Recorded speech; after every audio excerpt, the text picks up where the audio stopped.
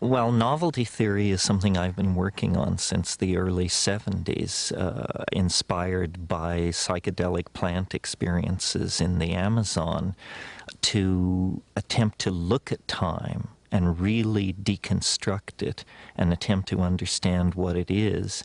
And this has been a wild intellectual ride, leading to some pretty easily stated conclusions. One is that novelty, which is my term for complexity or advanced organization, novelty increases as we approach the present moment. The universe you and I are living in is a far more novel and complicated place than the early universe was. Well, some people would say, well, that's just a consequence of the unfolding of developmental processes. But this asks the question, what are developmental processes? Why should the universe have a preference for order over disorder, especially when we have something called the second law of thermodynamics, which tells us exactly the opposite? Physicists believe the universe is running down ultimately into a state of disorder. But what I see is everywhere the emergence of more and more complex forms, languages, organisms, technologies, always building on the previously achieved levels of complexity. So that was one of my insights.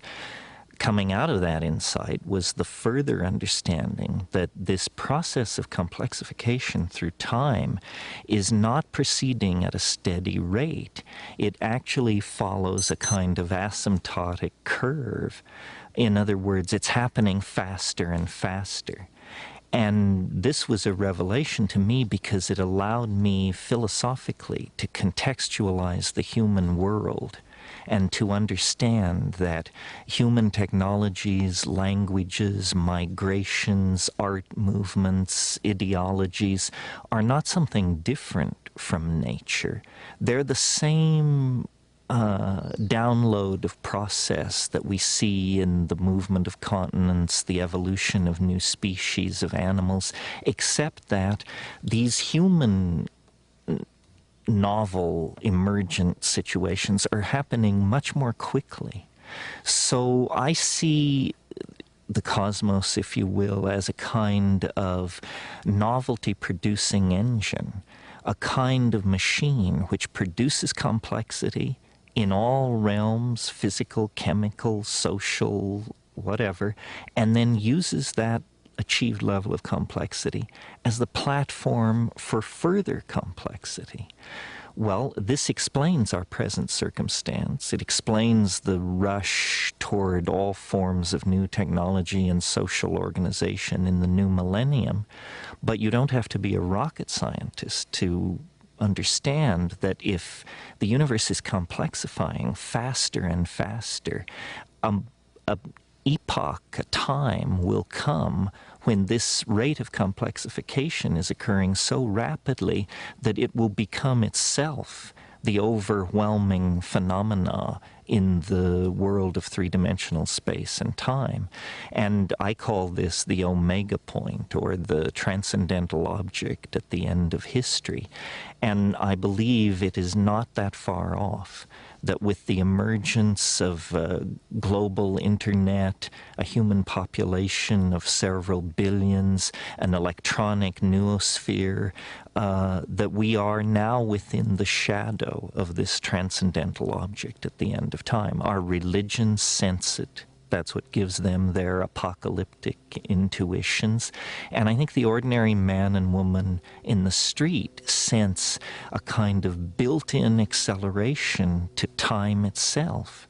Well, rather than dismissing that or treating it as a psychological perception or something unique to our society, I took it as a basic perception about physics, and have built elaborate mathematically defined theories around this idea, and then have found, to my astonishment, incredible congruences with other work. I'm thinking of the Mayan calendar and its curious countdown-like quality toward an extremely unique event that the Maya felt would occur in the same time frame that my own equations predicted, even though at the time I was unaware of the Maya. So what we have here is a new model of time based on a very real intuition that I think most people share, which is that time is speeding up, that human beings are part of that process, and that the culmination of that process is now within the ven of historical time. In other words, I believe it will happen in 2012, in December, coincident with the same events that the Maya placed at the end of their calendar. Even if I'm wrong, even if it's 100 years or 500 years later, these are still spans of time that, when compared to the life of the planet, are fractions of a percentage. So whether you believe, as I do, that we can know the precise moment of this transformation of the world of time, or whether you believe it is simply coming soon and fast, really doesn't make that much difference. We are all gathered here at the end game of developmental processes on this planet. We are about to become unrecognizable to ourselves as a species. Our technologies, our religions, our science has pushed us toward this for thousands of years without us awakening to what the denouement would be. Now we stand close enough to it that I think all but the most lumpen among us must feel the tug of the transcendental and the transformative. I am very perplexed when you say that time is speeding up. As far as I can tell, such things as crystal oscillators, things which keep time, clocks, the relationship of the Earth turning to the calendar, the full moon, all of the things which are symptoms of our passage through time, don't seem to be throwing themselves out of kilter. So what do you really mean about time speeding up? Well, let me answer in the form of a question. Which lasts longer, 1,000,000 years in which nothing happens, or 10 seconds with 50,000 events crammed into it? In other words, really time is only experienced by the events which occur within it. And I maintain that the early universe had very little going on, and consequently, time moved very, very slowly. The character of time as we approach the present is that there are more and more physical domains and energetic domains in which change can occur. For example, the early universe was a pure plasma, a pure swarm of unassociated electrons. You didn't even have atomic systems, let alone chemistry, molecular chemistry, life, complex speciated life, and dynamically balanced planetary ecosystems. Each one of those more complex phenomena crystallized out, or emerged, if you will, from the previous systems that had come into existence. So when I say time is speeding up, what I mean really is that more and more is happening. More and more is happening. And if you ask the question, well, what would be the ultimate state of connectivity or of happening? It's when all points are connected to all other points. Somehow this concept of connectivity is intimately linked to the concept of complexity. And so really what I'm saying is that the universe is getting its act together. It's connecting the dots. It's bringing everything into co-relationship with everything else. And somehow it does this through the production of consciousness. Consciousness is this integrative function in biology which takes data which may appear profoundly unrelated, and in fact brings it into some kind of a congruent relationship. We say an organism coordinates a point of view. Well, in a way, what's happening over time is that the universe is coordinating a point of view. And as it does this, it becomes somehow more aware, more self-conscious, more being-like and less thing-like. And as I said, this process is not proceeding at a steady pace. It's proceeding faster and faster. More connectivity occurs now in a calendar year than occurred in 1,000,000 years, 1,000,000,000 years ago.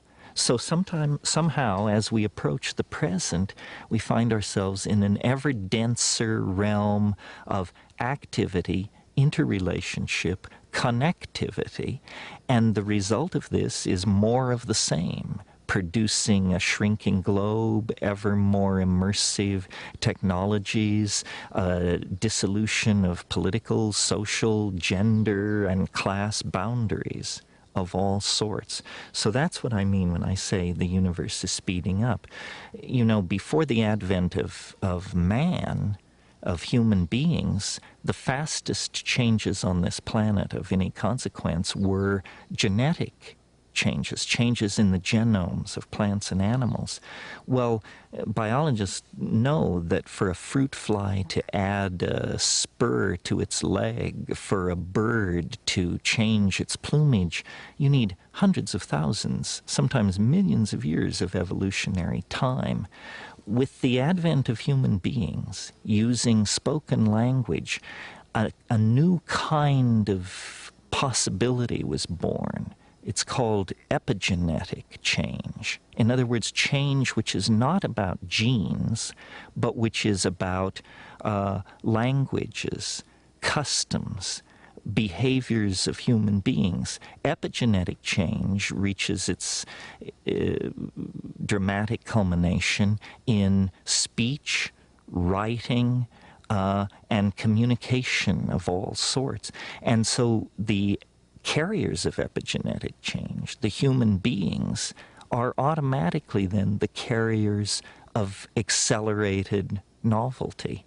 And so when you look at, let's say, evolution on a coral reef, and you compare it, let's say, to the evolution of political ideas in modern Europe, obviously modern Europe's rate of change in this domain is thousands of times faster. So by moving from the genetic to the epigenetic realm, we have vastly accelerated all kinds of processes. Now we appear to be about to move from the strictly human domain to the human-machine symbiosis domain. And of course, machines process information, make connections, and do their work at a rate thousands of times faster than any human being can work. So we see, again, a progressive acceleration of the process of creating and maintaining varieties of connectivity. And that's what I mean by time is speeding up. Your description of the process by which you developed the time wave theory. I understand, I read True Hallucination, so I understand it took you some years to kind of work it all out. Yes, in the Amazon, all was chaos and mythic revelation, but I knew that you couldn't bring that back as a scientific theory, and my bias has always been toward science. And out of these many intuitions and revelations, I discerned a thread which was about time. It began with a conversation with this Logos entity where it said to me, "Did you know every day is composed of 4 other days?" And I said, no, I not only didn't know that, it's never occurred to me. What a bizarre idea. Well, so this idea then of a time being a resonance created by other times, not immediately before or after it, as in scientific causality, but somehow a day centuries ago, centuries in the future, come together to create an interference pattern that creates the unique moment. So that was one of the basic assumptions. And then the structure on which this all was hung was the I Ching, which may seem exotic to American and European audiences, but which is, of course, as familiar to anyone in Chinese society as the Declaration of Independence is to us. And what is the I Ching? Well, it's a very ancient method of divining and predicting the future, based on the idea that every moment can be symbolized by a unique ideogram, which is somehow its essence, much in the way that science believes you can explain all nature with 108 elements. The ancient Chinese took the position that time itself was made of elements. My style of thinking is scientific enough that if I were to say to somebody, I propose a revolution in physics based on what I know about an ancient Chinese divinatory system, that would seem foolish to me. It seems occult. It seems unscientific. Why should an ancient Chinese book of divination hold any insight whatsoever for modern physics? But the uncanny thing about the I Ching is that it seems to work. Even in the hands of its critics, it seems to work. So let me try out a metaphor on you, which I think makes much more clear what's going on here. Visualize for a moment sand dunes. And notice, when you look at these sand dunes in your mind, that they look like wind. Sand dunes look like wind in some sense. Well, then analyze the situation. What is wind? Wind is a pressure variant phenomena that fluctuates over time. In a way, the sand grains moved about by the wind are like a lower dimensional slice of the wind itself. And from photographic analysis of dunes, you can calculate the speed and duration of the wind that made them. So the dune is a lower dimensional slice of time, of the wind ebbing and flowing that made it. Well, now let's change the metaphor a little bit. Instead of grains of sand, let's think of genes. Instead of a windstorm, let's think of 1 billion years of evolution. It moves the genes around in a pattern which is a lower dimensional slice of the force which created the situation. In other words, on every living organism, there is the imprint of the higher dimensional force which made it. Now, somebody could say, well, that's God. Well, but in a scientific context, we don't speak like that. But whatever it is that made blind matter into whales, squirrels, and human beings, it left its calling card inside each human being, each squirrel, each whale. That's the DNA. Well, the DNA codons are based on a system of 64. Exactly like the I Ching. So my belief is that someone, some group of people thousands of years ago looked into human organism, looked by meditative techniques into the center of their own beings. And they were not mystics, nor were they empiricists. They were simply curious. But at the center of the meditative experience, they saw an ebb and flow, an energy field that was in a constant state of flux. And they asked themselves, how many elements are necessary to describe this energy field? And the answer was more than 10, less than 1,000.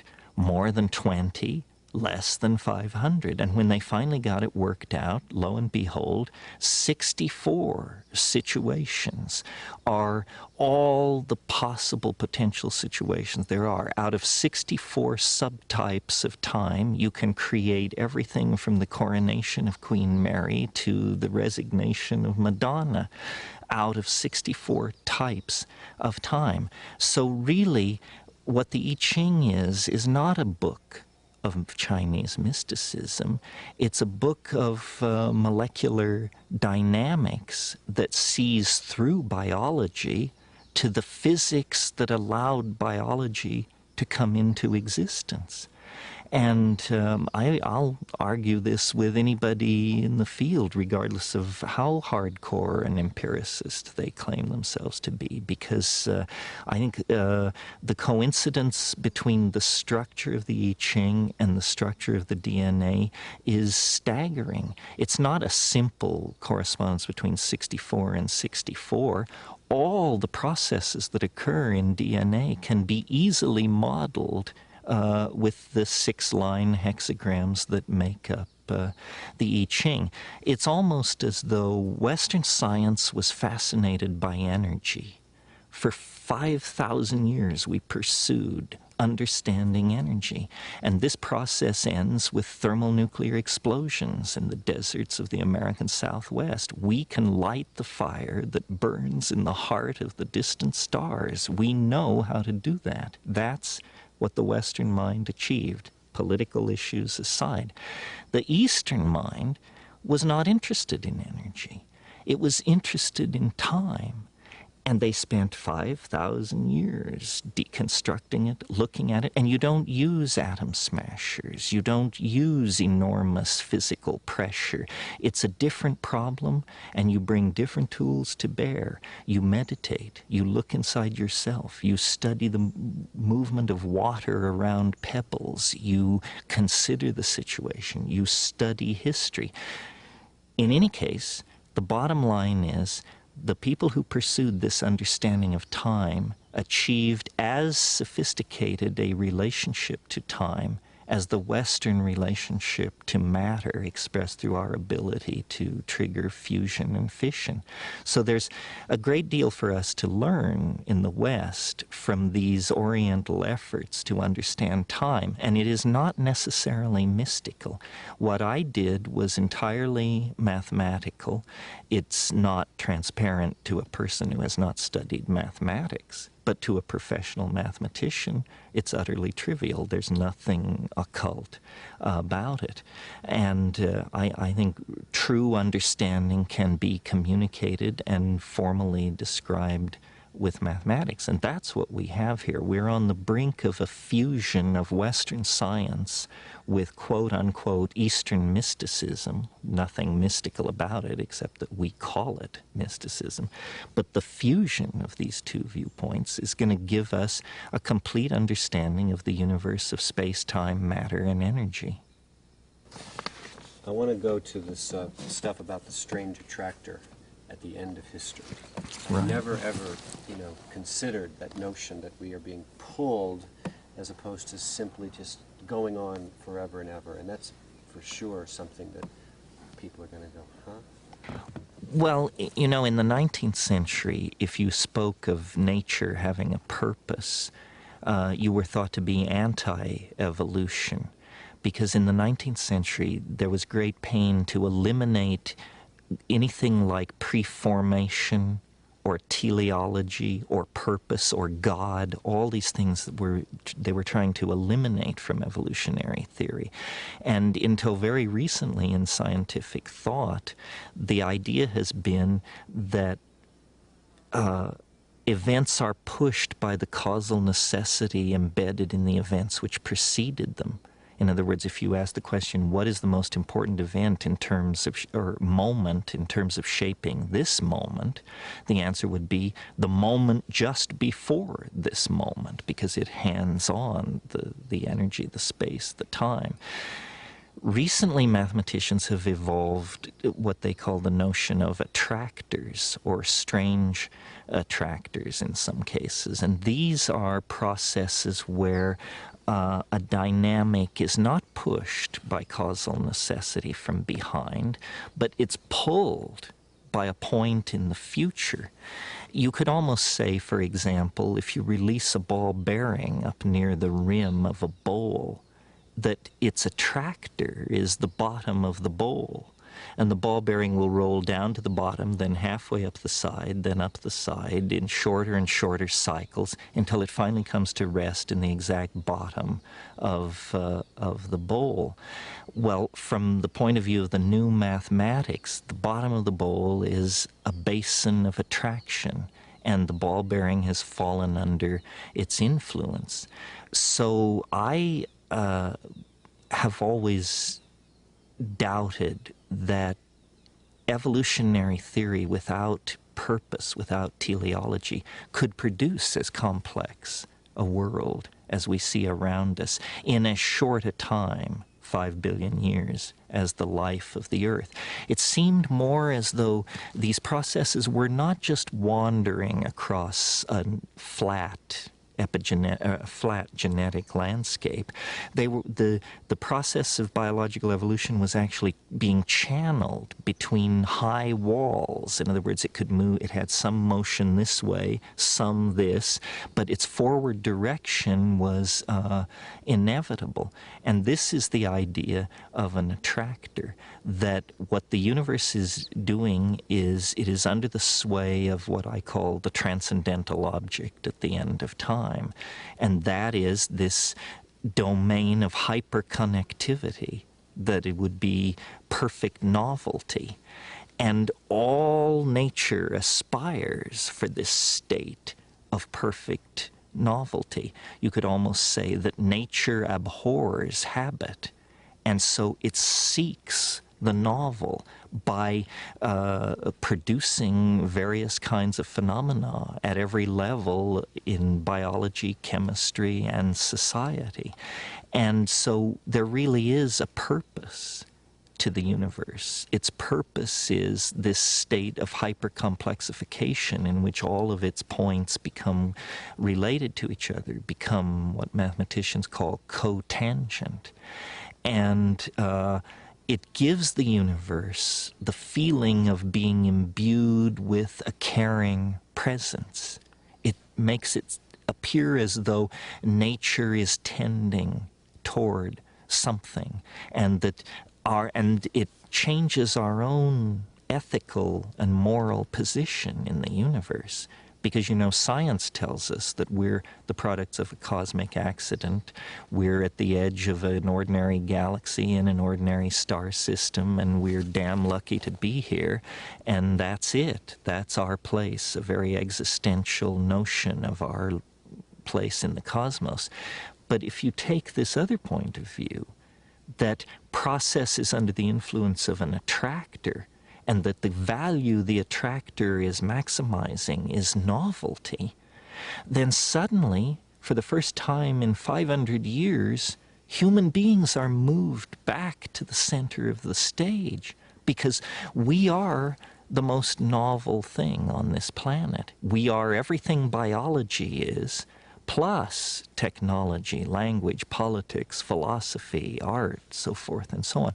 So suddenly human beings become important, not mere cosmic witnesses to a meaningless cosmos, but the cutting edge of a cosmos that glories in order and is moving toward higher states of order. And at the present moment, we are the carriers. Once it was the volcanic processes that shaped this planet. Once it was the life of the early oceans. Once it was the great dinosaurs. But today, humanity represents the cutting edge of complexity and this process of moving toward complexification. So without invoking God or any sort of myth, you give meaning to human life. What is man's purpose? To advance and preserve novelty. You know, this is an ethical position. It means you don't replace rainforests with pastures. You don't censor books. You don't lean on people who make gender choices different from yours. No, the purpose of being a human is to complexify reality even more, to hand on a more diverse, more complicated, more multifaceted universe to our children.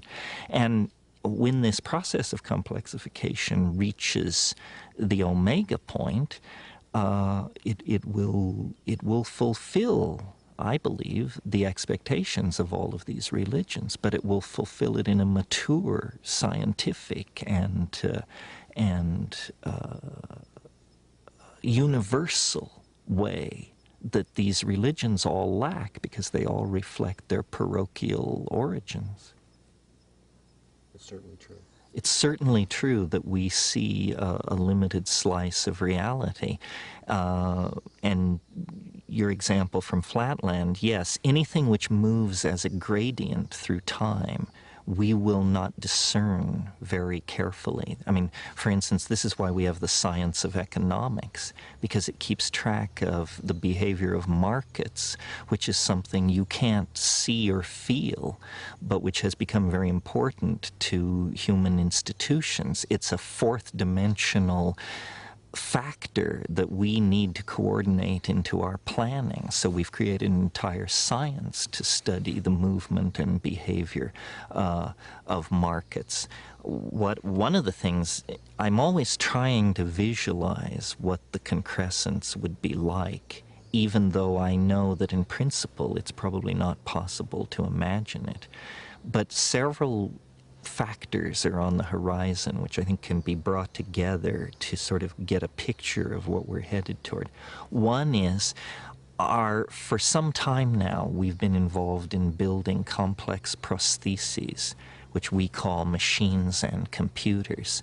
They are part of us. We don't perceive them as part of us because we identify with the flesh and exteriorize the fabricated metal.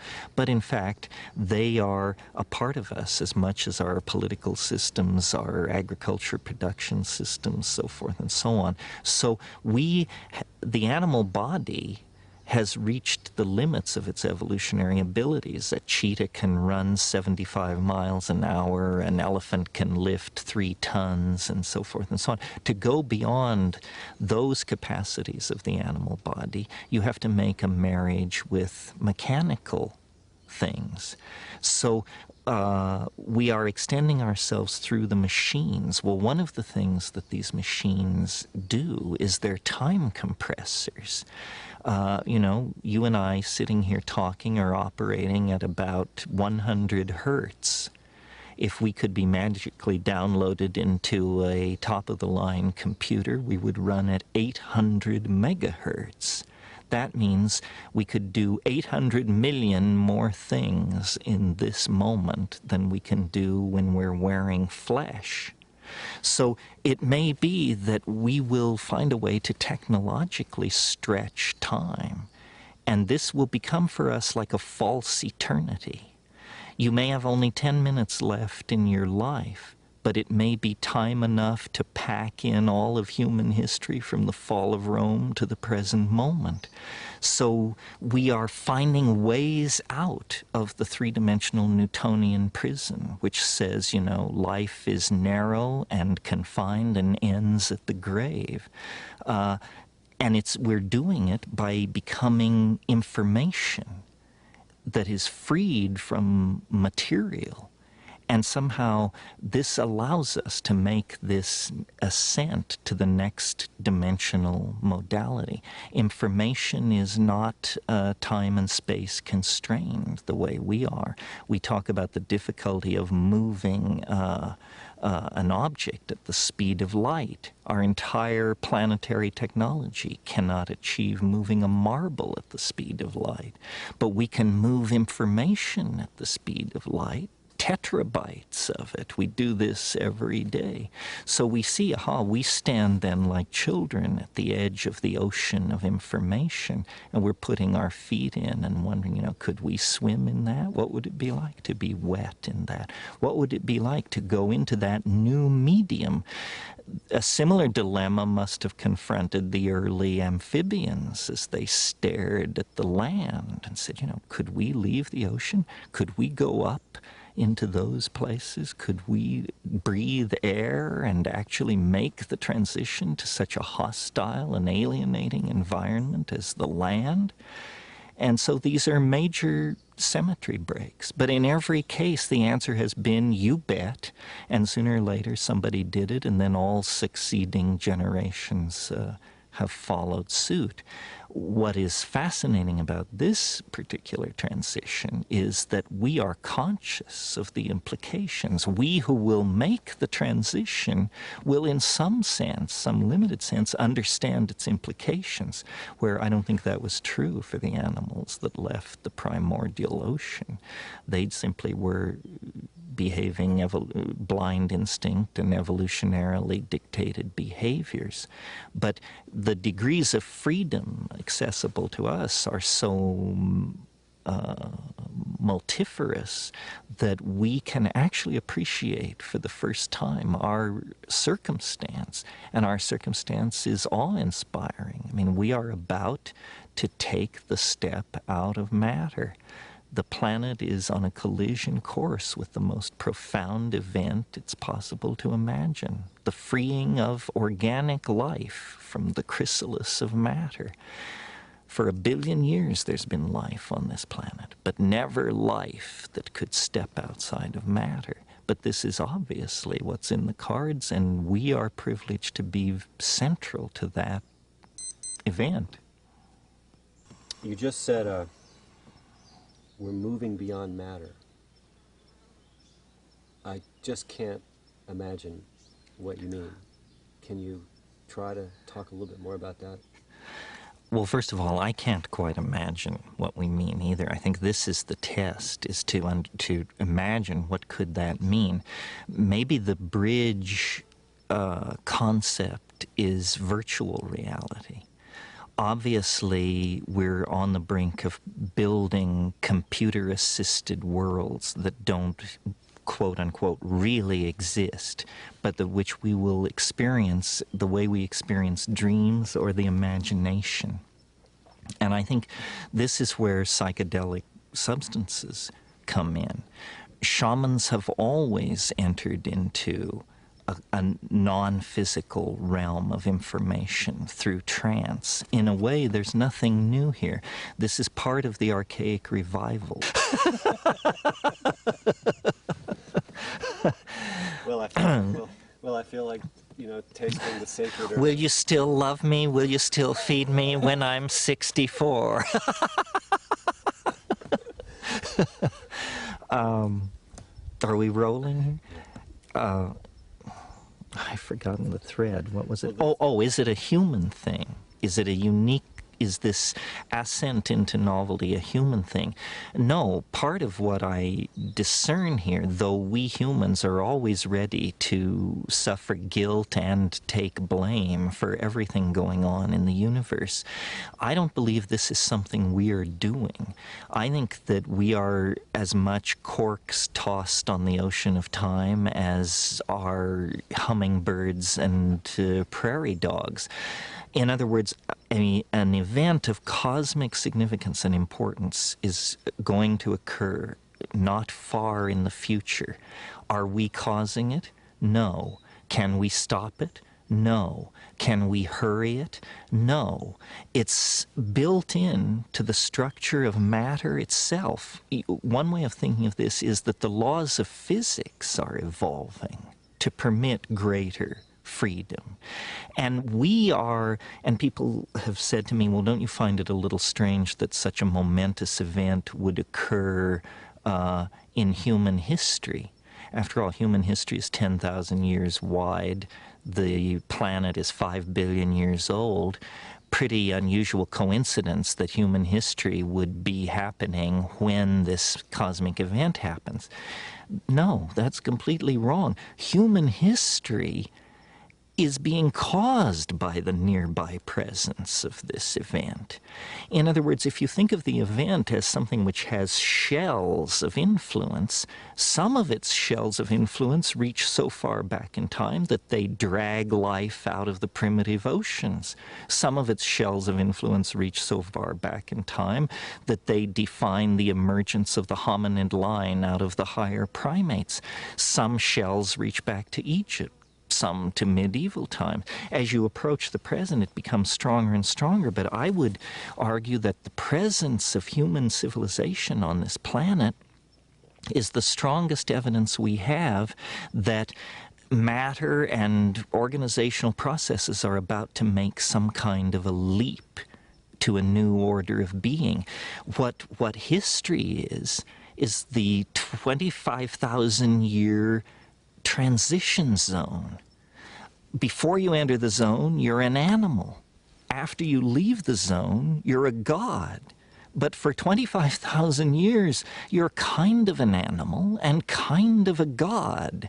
And you're constantly being swamped by your animal nature, and then great teachers are appearing and dragging people back to the right line. And we are schizophrenic in history.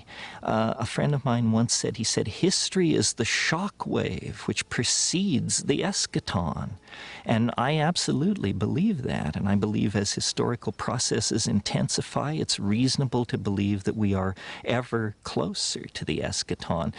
If my ideas seem strange to someone, I ask them, can you imagine this planet in 500 years?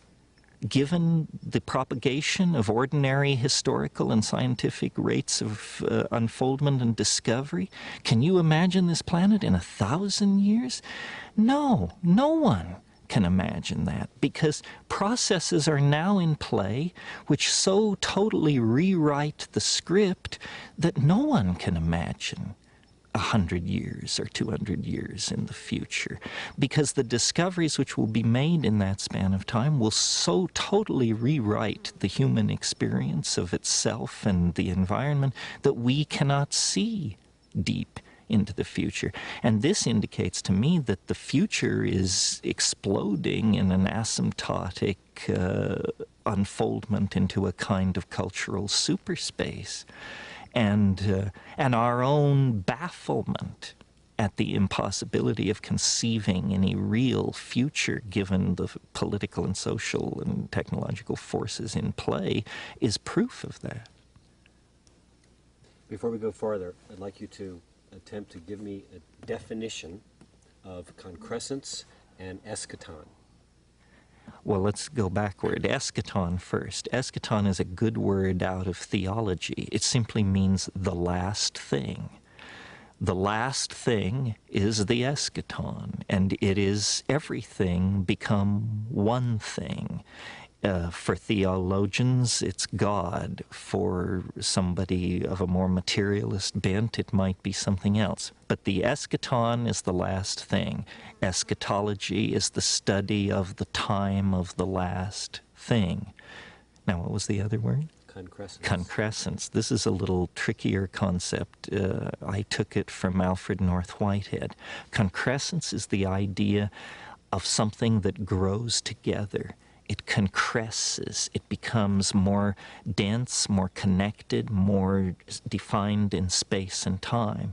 And when I talk about the transcendental object at the end of time, or the coming of the eschaton, or hyper-novelty, I mean that the process of the human and biological concrescence of intent reaches some kind of maximum. Concrescence is the end of the process of becoming. Becoming is not true being. True being exists at the concrescence. The kind of being we experience, becoming, is a partial state of being, much like history is a partial state of concrescence. History definitely places us outside the world of biological intent, the animal mind, but history does not bring us into the presence of the eschaton. It's a partial process, and concrescence is what waits at the end. The eschaton is the concrescence. But we really can't have any way of knowing what that is, that experience of that is going to be like. No. And the reason why is because asking that question is like asking a man looking east at 2 a.m. to describe the coming sunrise. He can't, because it is literally over the event horizon of the future. And when we look into the future, we see that the east is streaked with rosy dawn, but we cannot conceive of the day that is about to come. All we can see is the dim glow of some kind of eschatological promise. Ask me this question in 2010, and I'll have a different answer. Back to this issue of physics and your description of the two things which are left out of their models. The way that you describe it is so self-evident and simple. The complexification, the further away that you get from the Big Bang, and the fact that everything is, the complexification is speeding up. Would you talk just a little bit about the relationship of those observations to the world of the physicist and their efforts to define reality, and why they're not using, including in their models, these aspects that you're pointing to? The main reason they aren't friendly toward a model... Main physics. Well, the main reason physicists are not friendly to a progressive concrescent model like this is because you would have to give credit to biology for being a stage higher than chemistry, and you would have to give credit to human history as a stage higher than biology. And physicists study physics. If you study physics, there is no biology. You don't have to deal with issues of biology when you study physics. I mean, there is something called biophysics, but it's not well received in physics or biology. So physicists tend to discount biology. Even though life on this planet is 4.83 billion years old, physicists just discount it. They call it an epiphenomenon. Well, then when you talk to sociologists, they give no credit to physics. Science has compartmentalized nature in order to analyze it, and there is no theory of nature as such. And that's really what I'm offering. I'm offering a theory which covers physics, chemistry, geology, biology, sociology, linguistics, the whole thing. In other words, not saying man is some special category, not saying that we need artificial divisions, but that over the entire domain of known phenomena, this tendency to complexify through time, A, and B, faster and faster, can be discerned. We need a theory of everything. Physics talks about theories of everything, but none of these theories of everything address biology, let alone sociology, linguistics, and the phenomenon of human beings. Well, the archaic revival. There is a way of looking at the entire 20th century, beginning with Pablo Picasso bringing masks back from Africa and showing them around in French cafes in 1915, beginning with Freud's discovery of the unconscious and Jung's elaboration of those discoveries. And then every phenomenon of major importance that you care to mention in the 20th century, fascism, abstract expressionism, rock and roll, sexual permissiveness, psychedelic drug taking, rave culture, body piercing, jazz, the list is endless. What do all these things have in common? They are reversions to archaic behaviors. They represent rejections of the Edwardian gentleman with his white man's burden, and represent instead a realization that for us to survive and live with ourselves, we have to re-empower archaic values. As the century unfolded, the understanding of what this re-empowering of archaic values might mean has changed. Jung and Freud discovered the unconscious, discovered that we are not all ladies and gentlemen, but that there's a cannibal lurking within. Albert Hoffman's discovery of LSD demonstrated that that inner wilderness is accessible to most people through chemistry. Well, then still later, it was understood that the key ingredient in active shamanism is psychedelic plants, psychedelic experiences. And in a way, that closed the loop between the impulse toward the archaic and the impulses of modern science and modern medicine. The key is the psychedelic experience. That's what makes the shaman a shaman. That's what made the archaic in fact archaic. And so people like Freud and Jung and the surrealists and the Dadaists and the abstract expressionists, all of these people were very close to the mark. The shaman is the paradigmatic figure, and the psychedelic experience seems to be the anticipatory experience of this eschaton that we're headed toward. You know, when psychedelics were first being discussed, it was thought that they would prepare people for death. In a sense, they probably do. But in the same way that they prepare people for death, they prepare people for transformation. It gets you used to the idea that the world is not what it appears to be, and it gets you used to the idea that the world is somehow animate, intelligent, and proceeding along its own agenda. So in a way, shamans have always been anticipations of some future state of mankind. They're the masters of language. They are the ones who are telepathic with the animals. They are the ones who can see into the future. So this archaic nostalgia gets real focus once you realize that it is the shaman and his or her shamanic techniques that confers on them the extra historical dimension. That is how you get out of linear history.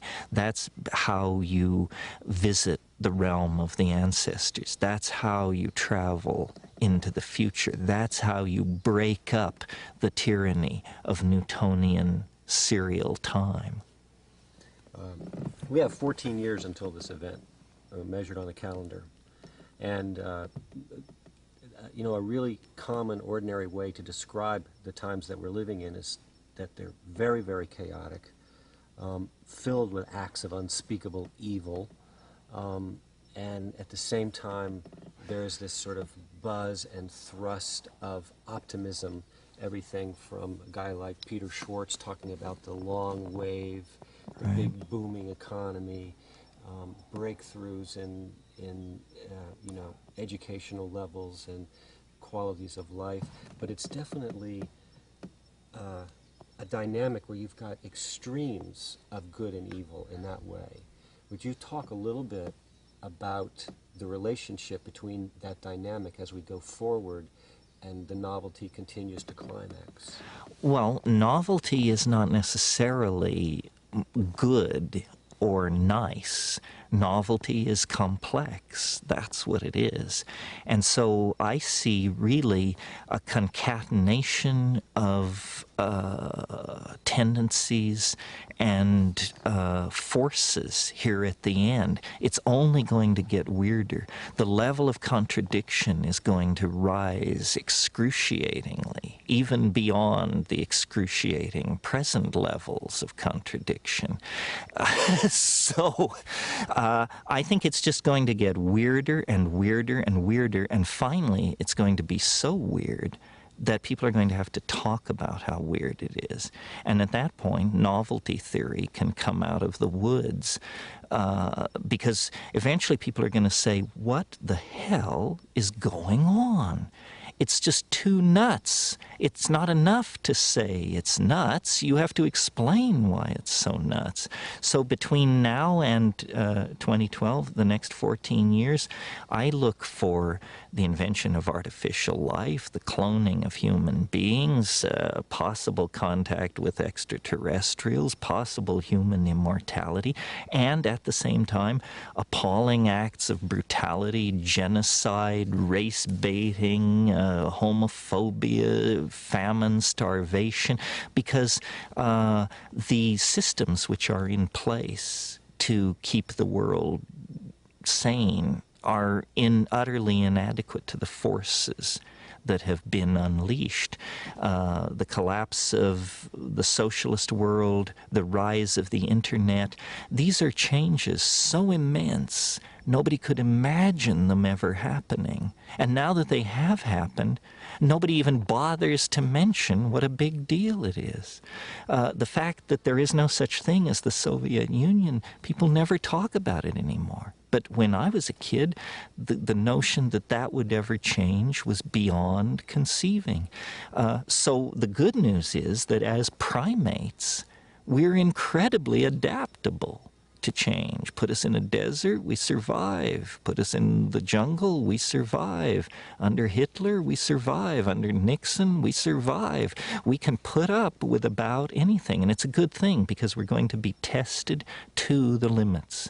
The breakdown of anything, and this is why the right wing is so alarmed, because what they see going on is the breakdown of all tradition, all order, all sanctioned norms of behavior.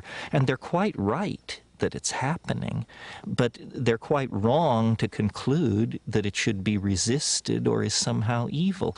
The mushroom said to me once, it said, this is what it's like when a species prepares to depart for the stars. You don't depart for the stars under calm and orderly conditions. It's a fire in a madhouse. And that's what we have, the fire in the madhouse at the end of time. This is what it's like when a species prepares to move on to the next dimension. The entire destiny of all life on the planet is tied up in this. We are not acting for ourselves or from ourselves. We happen to be the point species on a transformation that will affect every living organism on this planet at its conclusion.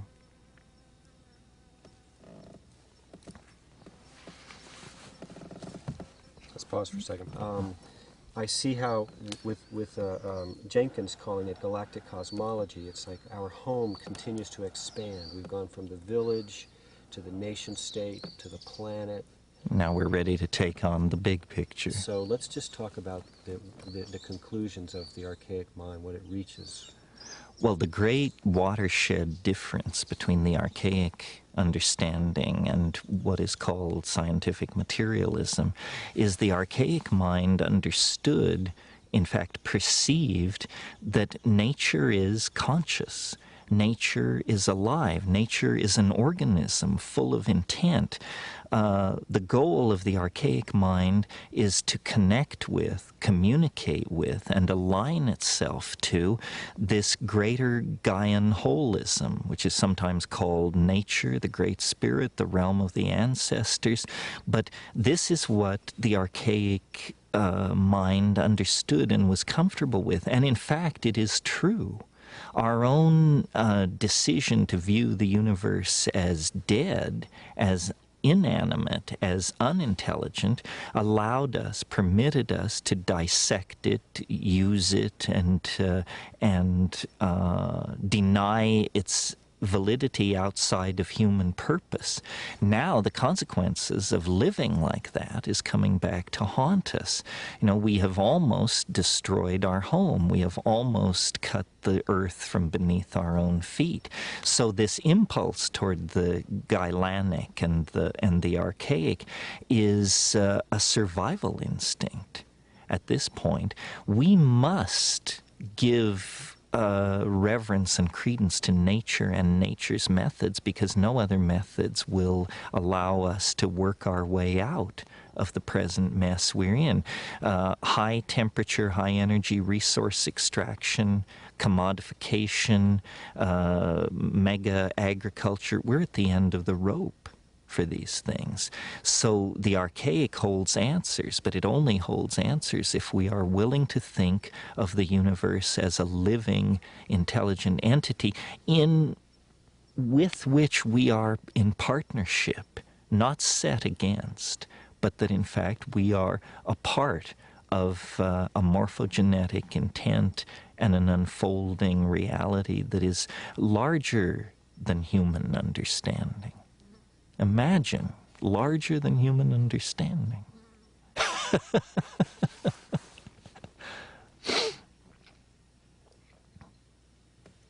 So the whole entire Milky Way galaxy is a being? Well, it's an organism, yes. And the galaxy is a kind of an organism. You can think of it as a fractal resonance with a cell. The galaxy has a nucleus of very dense material where very mysterious processes are going on. Then it has a cytoplasmic envelope of stars and gas clouds that surround that core. And then it is an individual, very distinctly defined by the vast emptiness that lies between it and the next galaxy. Yes, I think nature builds by fractal intent, and that all organisms have a core and then a deployed surround, whether we're talking about the cell, the solar system, the Earth, the galaxy. In the process of the conservation of novelty, structures are created with cores that are more complex than their outlying neighborhoods. To my mind, a galaxy hanging in space is a picture of the time wave. Every star is a data point in an enormous computer simulation of the novelty wave. That's why it has that spiral structure. You know, scientists are very puzzled that the galaxies don't fly apart. They don't seem to have enough mass that their gravitation should hold them together. And there's been a lot of talk about dark matter or some missing factor. Well, the missing factor is novelty. The galaxy stays together because the galaxy wants to be a galaxy. In other words, it wants to hold on to the level of novel morphology that it has achieved. It has an actual appetite for expressing itself in that form. That's why the galaxies are spirals. And in a sense, those spirals are very large pictures of the time wave where we can at last see it not confused with its background or foreground. So everything organizes itself fractally, spirally, with a dense center in its spatial domain and a dense center in its temporal domain. We are like this. Galaxies are like this. Planets, stars, bird flocks, coral reefs.